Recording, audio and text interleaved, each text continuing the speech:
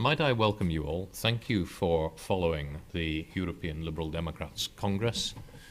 You will be aware that the ALDE party and the ALDE group, which it spawns in the European Parliament, is preparing for the European election next year. My message to the party Congress was also about preparing for the preparation of the next European Commission, because we want to see strong Liberal representation both in the Parliament and in the Commission for the next 5-year mandate. But we are delighted to have here in London a greater number of Liberal Democrats from across the European Union than ever before, gathered here to determine our manifesto for the European elections and to prepare for the campaign ahead.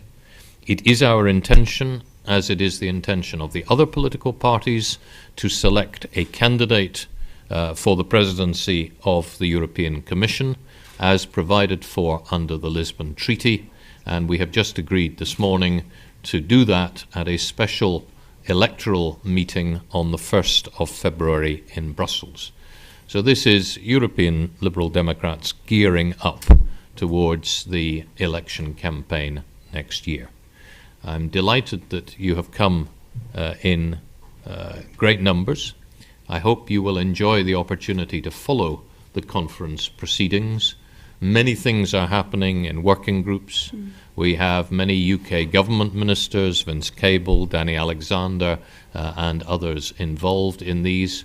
We are delighted to have the Deputy Leader of the Liberal Democrats, Simon Hughes, with us, and to have a strong UK Liberal Democrat representation to match the strong representation of ministers, European commissioners, party leaders from other countries.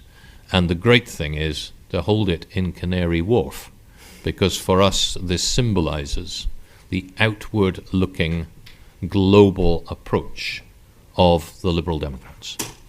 I'm going to hand over to Cecilia Malmström, who we're very pleased to have with us, who was one of the speakers in our opening session, for what she would like to say.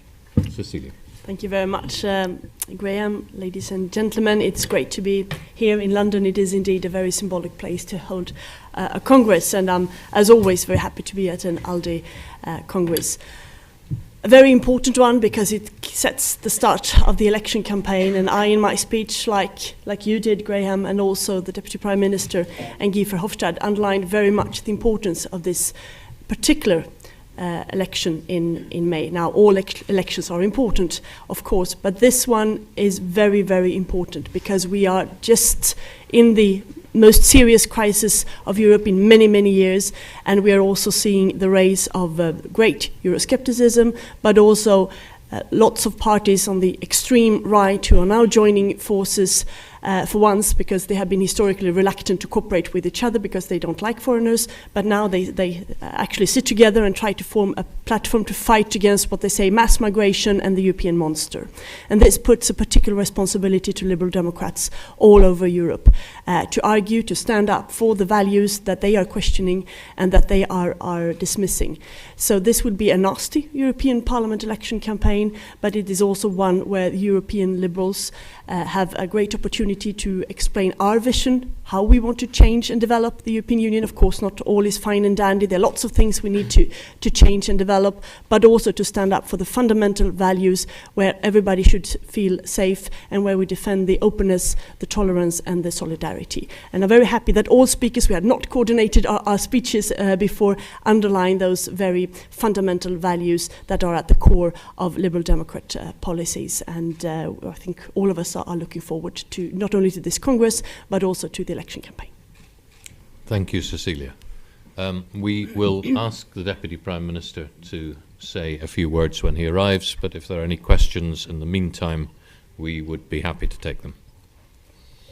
Please, ladies first. Daniela Vincenti.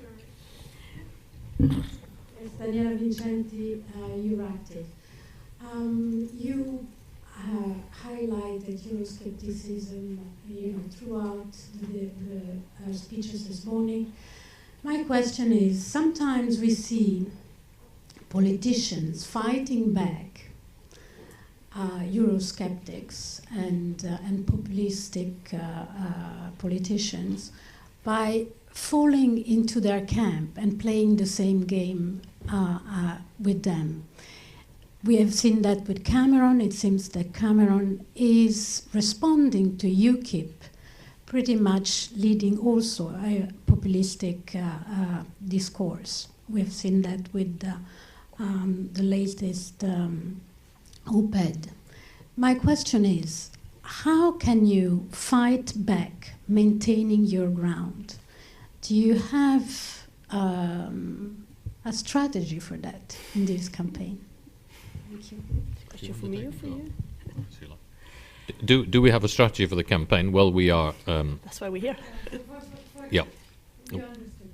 No, absolutely. We are agreeing the manifesto today, and well, over the next 2 days.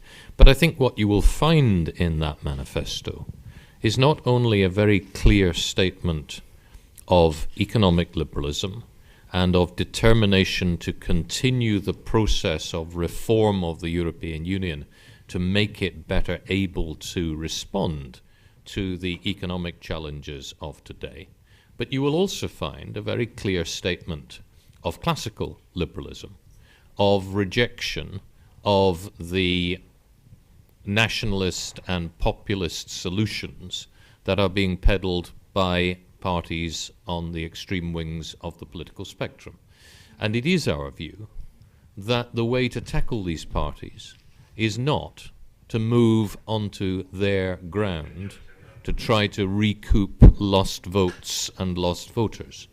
The way to tackle these parties, as Nick Clegg said in his speech today, is to restate constantly the reasons for the rules that we have, to restate constantly the reasons for the values or the reasons for the way we proceed based on our values of open, tolerant societies.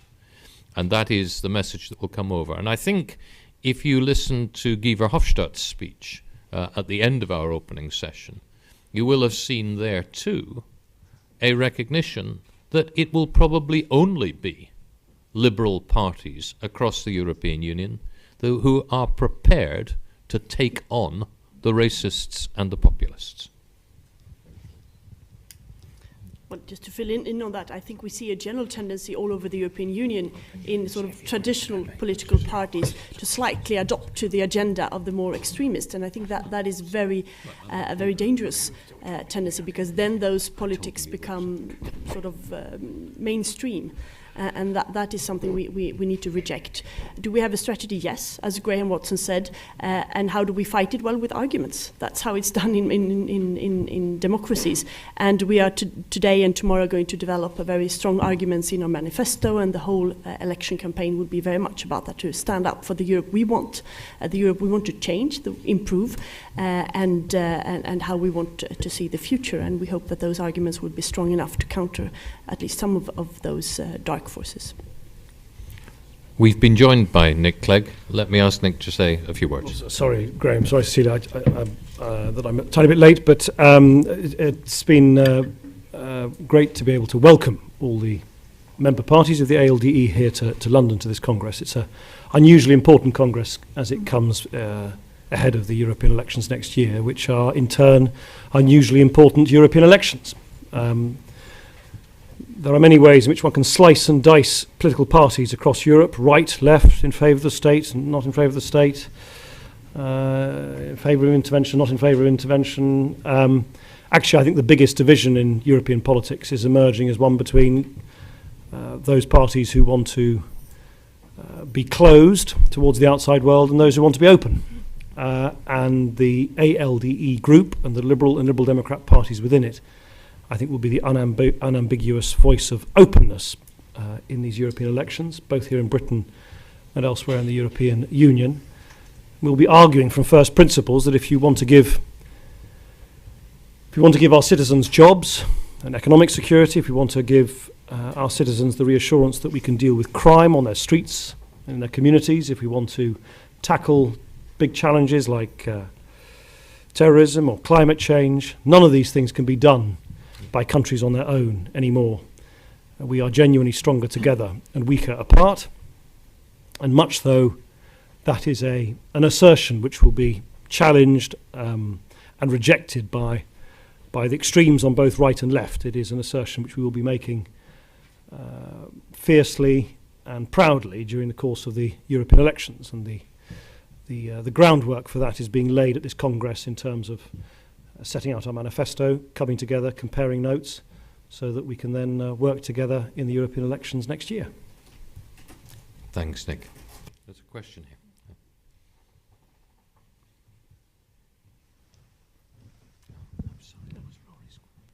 Hello, Isabel da Silva from Euronews. I would like to ask a question to Commissioner Malmström. Your name has appeared in some of the press as a possible candidate for the presidency of the European Commission. I don't know if you confirm or not, but anyhow, what should be kind of the profile, the attitude, the priorities of a European Commission president coming from the Liberal Party? And for Sir Graham Watson, I would like to ask about the budget. The European budget for the next 7 years is smaller than the previous one. There are a lot of challenges in terms of unemployment. So what will the Liberals do in terms of maximizing and maybe making a revision of that budget? And if I'm allowed also, I ask a question anyhow to the Deputy Prime Minister. The next presidencies will be held by Greek and Italians, you know, countries that in terms of sovereign debt and crisis have difficult troubles. So what are your expectations in terms of their work and the work at the council level? Thank you. Cecilia. Well, I think whoever runs as candidate from the Liberal movement as Commission President will be someone who matches all the good qualities that we want the European President of the Commission to have. We have, just as Graham Watson said, set out the process towards this, and we will certainly look at. I heard lots of rumours of different candidates. I'm sure all of them are good. I didn't know I was a candidate, but I'm sure we'll find the best one. Nick, do you want to do the presidency? Well, we will, as a government, of course, we will look forward to working with the Greek and Italian governments as they hold the presidency. And as you know, the best presidencies are always those presidencies who hold the ring in an objective manner. That's what the presidency is there for. So I don't think you know, we're not expecting that because of the particular economic difficulties in Greece or Italy that will affect the professionalism with which they will discharge their duties as president of the European Union Council, and we look forward to working with them. On the European budget, I could say that Liberal Democrats have been very, very centrally involved on both the parliamentary side in the setting of this budget. And it is our view that our citizens would have found it inexplicable for the European budget to grow, or indeed not to be pruned, at a time when national budgets are being pruned. And the position which Anne Jensen, who is the rapporteur on the budget for 2014, has taken, the position that our budget rapporteurs on sectoral areas of the multi-annual financial framework have taken, is to reduce the budget, but to make sure that we are changing or reforming the budget to spend more on the things that we want to spend. And we have achieved something incredible. You know that agricultural spending over the next 7-year period is down to 38% of the European Union's budget. Not that long ago, it was 78%. We have managed to increase, within a reducing budget, by almost 1/3 the amount of money that will be spent on scientific research under the Horizon 2020 programme.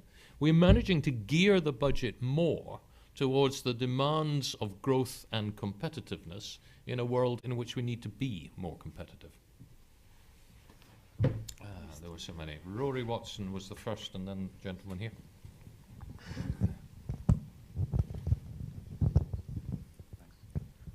Rory Watson, Europolitics. Two of you mentioned, well, you're going to launch the process tomorrow for getting the leader for your electoral campaign. Which do you think is healthier and preferable, to have just one candidate like the Socialists or to have a contest? Perhaps all three might like to answer. Liberals are in favour of competition. Please. Thanks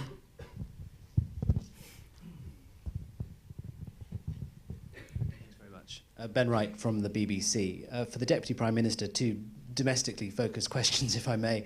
Do you think that energy firms should agree to keep their prices down if the green levies that are currently added to people's bills are switched to general taxation instead?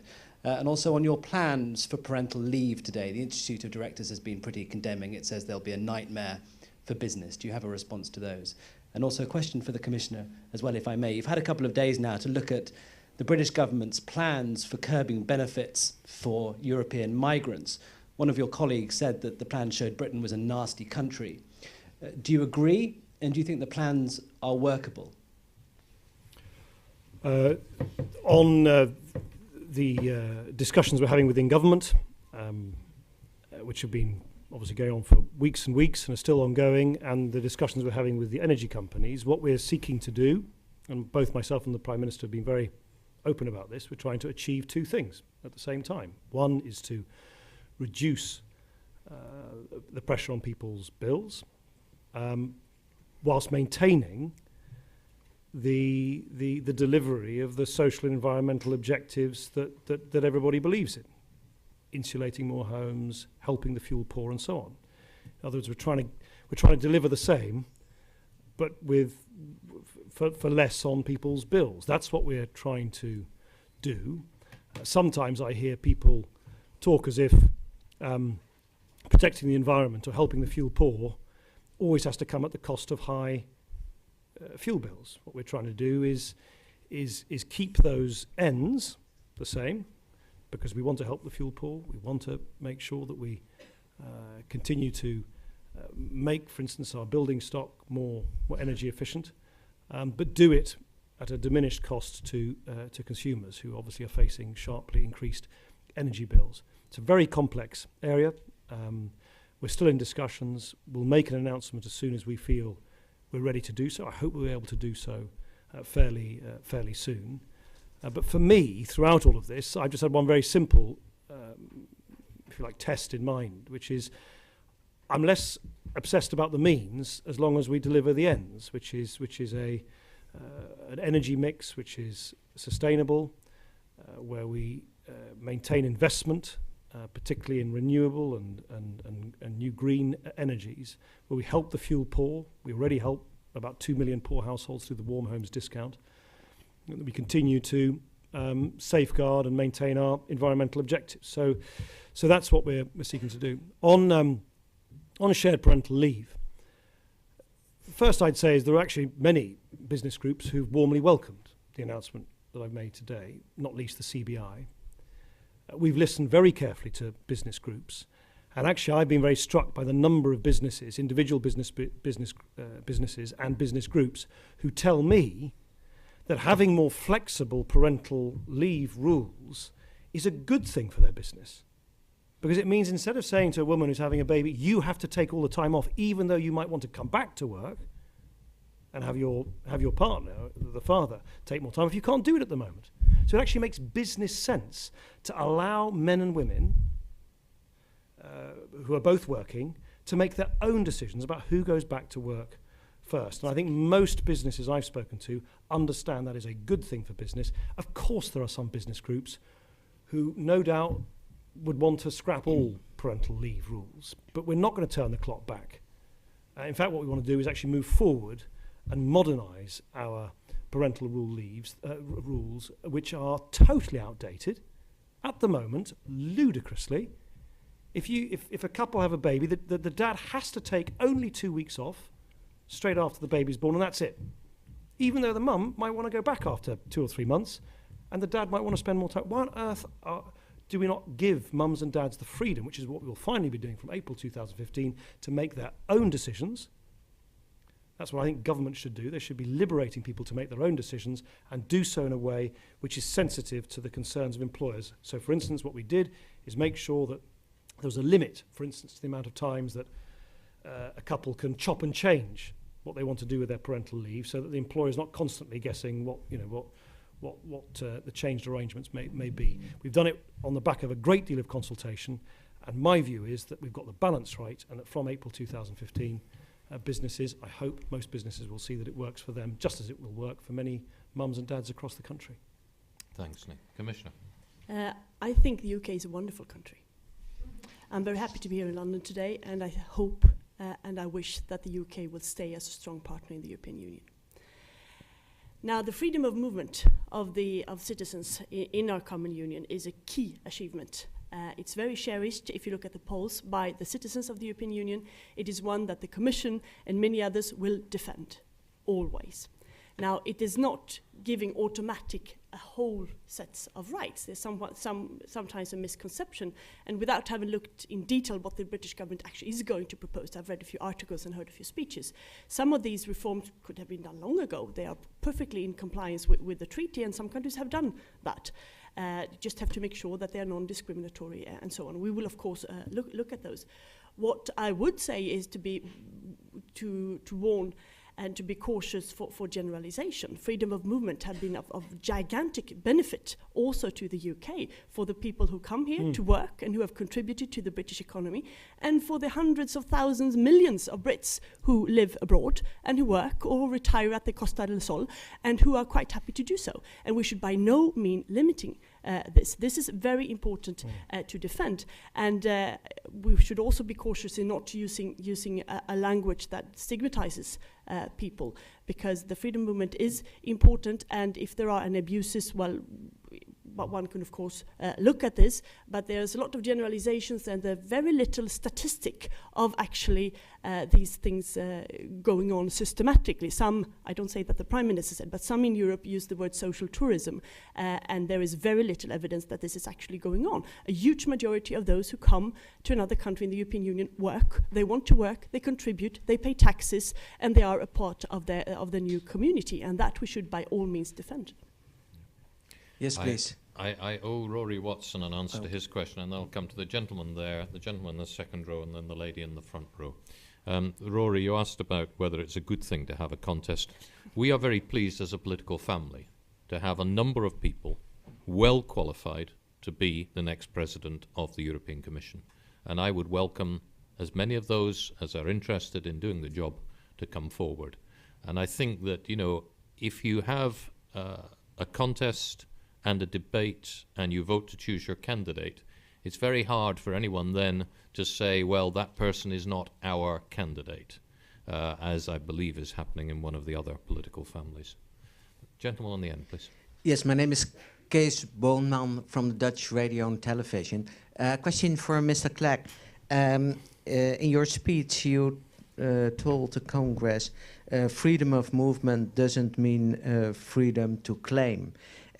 Should this slogan be the main political slogan in the European campaign for the Liberals? I would suggest everybody chooses their own slogans when they decide to campaign next year in a way which they think expresses their liberal values, but does it in a way which is most resonant in each member state. Our slogan, if you want to call it, is going to be somewhat different. We're just going to say that the Liberal Democrats are now the only party of in, because I actually think the European elections next year will be a dress rehearsal in Britain for an argument about really whether we should be part of the European Union or not. Now that clearly is not a debate that is taking place in the same way in other member states, so I wouldn't suggest we have a robotic allegiance to one slogan across the European Union. The point I was making in saying that is that, just as Cecilia quite rightly said, the right to move is something that is of great benefit to many, many people across the European Union, including hundreds of thousands of British citizens. It is now estimated that about 2 million British citizens who live and work elsewhere in the European Union. But a British citizen, for instance, who arrives in the Netherlands is not able to access certain benefits in the Netherlands until they've been there for 3 months. That is precisely one of the measures we've advocated this week. It's something which British citizens seeking to live or work in the Netherlands already face in another member state. So I think it's very important that as Cecilia said, we should continue to protect the virtues of the ability for people to live and work across the European Union, but also retain the right of nation states to set rules compatible with that principle about access to benefits, which of course funded by taxpayers in each separate member state. That's the balance we have sought to strike this week. That is why I say the right to work, the right to move, is not the same as the right to claim. It never was. It isn't in other member states, and we've clarified this week in the United Kingdom that is not the case here either. The last question of me to Mrs. Malmström. Do you underscribe this explanation about the right not to claim of Mr. Clegg? Well, as I said, you have the right to remain 3 months in a country in order to look for job. And if you cannot sustain yourself, you do not have an automatic right to a set of social benefits. That has never been the intention in the treaty ever.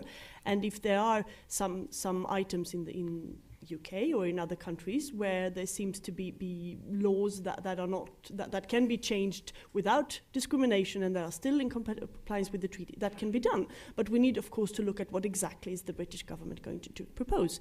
But limiting the freedom of movement and saying that it was a mistake, that I do not, and Nick Clegg didn't say that, I do not comply to. And I think the confusion arises because the Prime Minister linked in the article that he had in the Financial Times the one, which is the government policy, with the other, which is his intention as a Conservative. And so, now, we don't have a lot of time more, I'm afraid, but the gentleman in the second row and the lady in the first row here. Please, sir.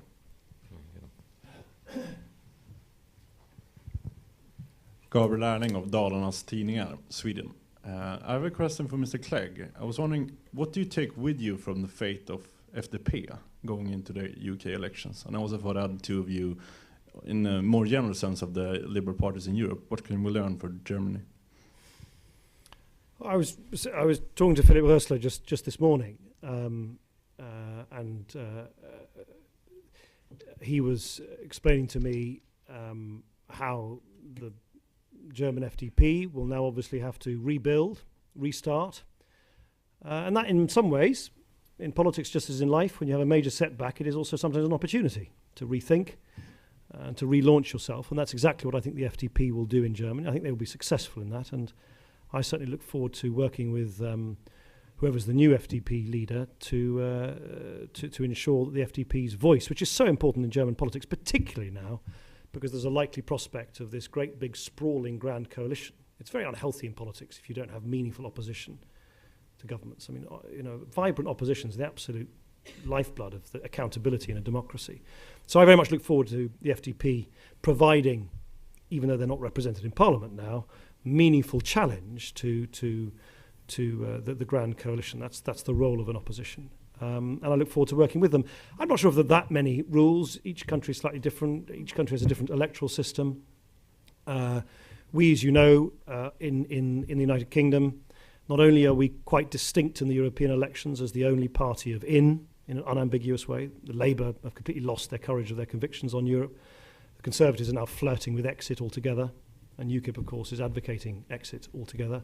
But nationally as well, I think we are now clearly the party of the liberal centre ground in British politics, seeking to balance a kind of hard-headed approach to the economy, to get the economy right, but a progressive approach to social issues, to make sure that we create a stronger economy, but also a fairer society all at once. And that's very much where we will position ourselves between now and the general election in May 2015. Right, well, I'm afraid it's going to have to be the last question, so I'll take the two together, the two ladies at the front here. Georgia Graham, the Daily Telegraph. I'm sorry, it's a domestic question again. No. You mentioned, just a very quick one. You mentioned earlier about energy bills, and as you said, it's been going on for weeks now, and I was wondering if you thought that it was taking away from the more important issues of the larger issues around the economy, excuse me, and dealing with the deficit, because we have been talking about it for quite a long time. Thanks. Daniela Vincenti, Euractiv. Sorry if I take the floor again. We see that survey shows that every time Farage speaks, there are surges of popularity for 20%. That's Comres saying that. My question is, in the past... Every time he speaks. He speaks. Every time he speaks, he just his says something. popularity goes up 20%. So the question is, you have been criticized for having been a bit reserved on European issues and not have spoken up and been very vocal. My question is, are you going to take a more vocal approach in these elections? You were, in 2009, you thought the strategy was door to door, I remember.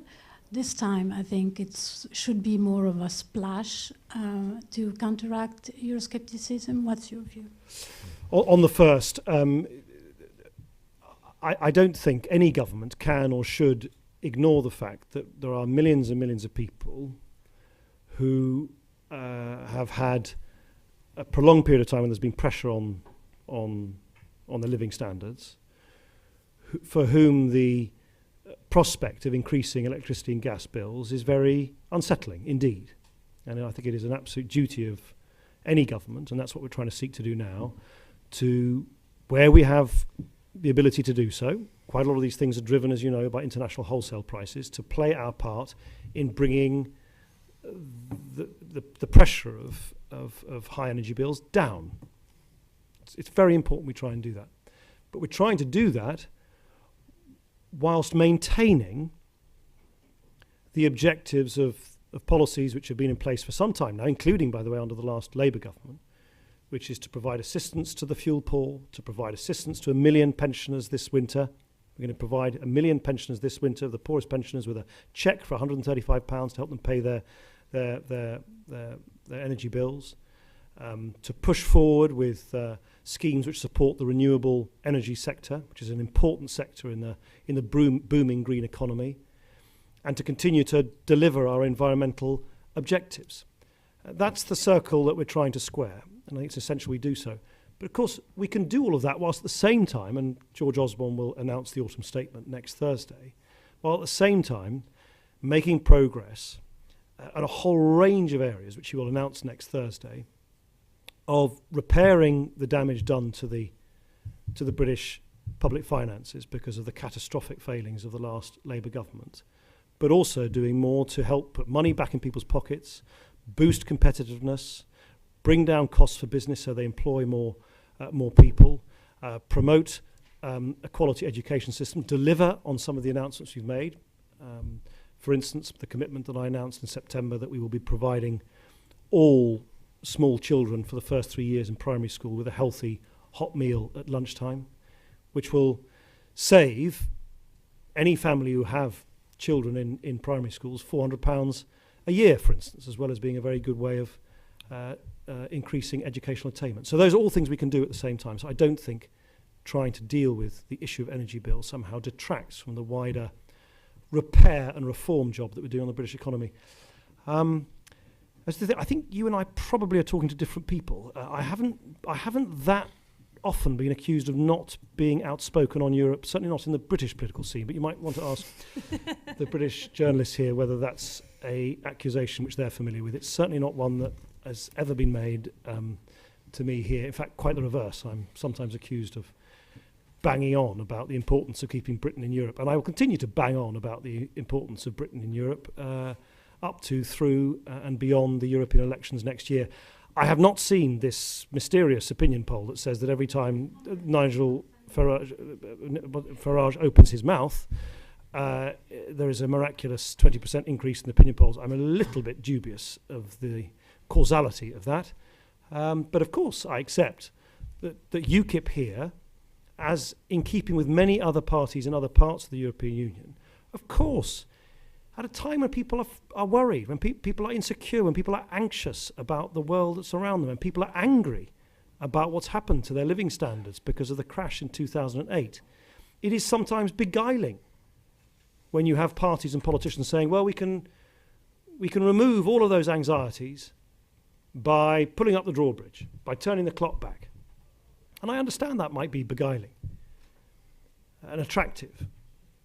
But my job, and I will be very outspoken in this, since you invited me to be outspoken about this in the European elections, is to say that if we were to follow their remedy, actually the country would become poorer, unemployment would go up, crime would go up, the influence of Britain would go down, investment in this country would go down. In other words, it is a deeply unpatriotic claim from the United Kingdom Independence Party. Far from standing up for Britain, they'd be betraying the most vital national interests of this country, and that's why I don't want to see them succeed. Deputy Prime Minister, Commissioner, thank you very much. Thank you everyone for being with us. Yeah. Thank you. No, I agree.